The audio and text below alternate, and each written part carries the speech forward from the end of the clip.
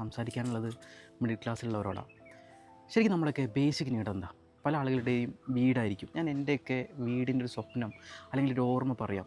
പണ്ടൊക്കെ ഉണ്ടല്ലോ, നമ്മൾ റിലേറ്റീവ്സിൻ്റെ കുടുംബ വീട്ടിലൊക്കെ പോയി കഴിഞ്ഞാൽ രാത്രി ആകുന്നവരെ ഫുൾ ഒച്ചപ്പാടും ബഹളവും കളിയും ചിരിയൊക്കെയാണ്. നൈറ്റായി കഴിഞ്ഞാൽ കിടക്കുക ഒരു 2-3 പായ കൊണ്ട് വിരിക്കും. നമ്മൾ കൊനായി എന്നൊക്കെ പറയും. അപ്പോൾ അതിന് പല വേർഷൻസും ഉണ്ട്.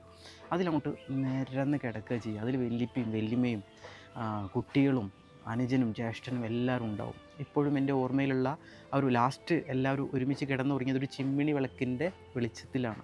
ഇഷ്ടപ്പെട്ടിട്ടുള്ളതാണ്. ഉമ്മ എന്നോട് പറയാറുണ്ട്, എടാ നമുക്ക് കുറച്ചുകൂടി വലിയ വീടൊക്കെ വേണം. അപ്പോൾ ഉമ്മനോട് ചോദിക്കും, ഇതെന്തിനാ നമുക്ക് കുറച്ച് ഇത്ര വലിയ വീട് നിങ്ങൾ പറയുമ്പോൾ? ഉമ്മ പറയും, നമ്മൾ കുടുംബക്കാരെ നിൽക്കാൻ വരുമ്പോൾ കുറച്ചുകൂടി വലിയ വീട് വേണ്ടേ, അല്ലെങ്കിൽ അവർക്ക് കിടക്കാനൊക്കെ സ്ഥലം വേണ്ടെന്നുള്ളത്.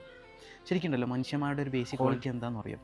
നമുക്ക് ഇല്ലെങ്കിലുണ്ടല്ലോ നമ്മൾ എങ്ങനെയും അഡ്ജസ്റ്റ് ചെയ്ത് ജീവിക്കും. എനിക്കും നിങ്ങൾക്കൊക്കെ കുറച്ച് കൂടുതലുള്ളത് കൊണ്ടാണ് ഒരുപാട് സൗകര്യങ്ങൾ വേണ്ടത്. ഞാൻ വളരെ സിമ്പിളായിട്ട് വൈൻഡപ്പ് ചെയ്യാം.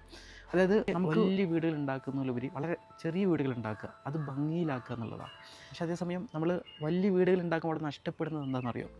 ഐക്യമാണ്. ഞാൻ മനസ്സിലാക്കിയത് ഇപ്പോൾ നമുക്ക് ഓരോരുത്തർക്കും ഓരോ റൂം വേണം. പണ്ട് ഒരു റൂമിൽ എല്ലാവരും ആയിരുന്നത്, ഇപ്പോൾ ഓരോരുത്തർക്കും റൂം വേണം. ഇനിയിത് ഓരോരുത്തർക്കും ഓരോ വീട് എന്നുള്ള കോൺസെപ്റ്റിലേക്ക് പതിയെ മാറുന്നുള്ളത്. അപ്പോൾ നമ്മൾ ശരിക്കും മാനസികമായിട്ട് ഇങ്ങനെ അകന്നുകൊണ്ടിരിക്കുക മനുഷ്യന്മാർ.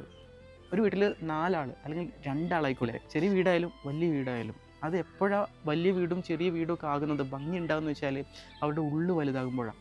നമുക്ക് വേണ്ടത് അത് തന്നെയാണ്.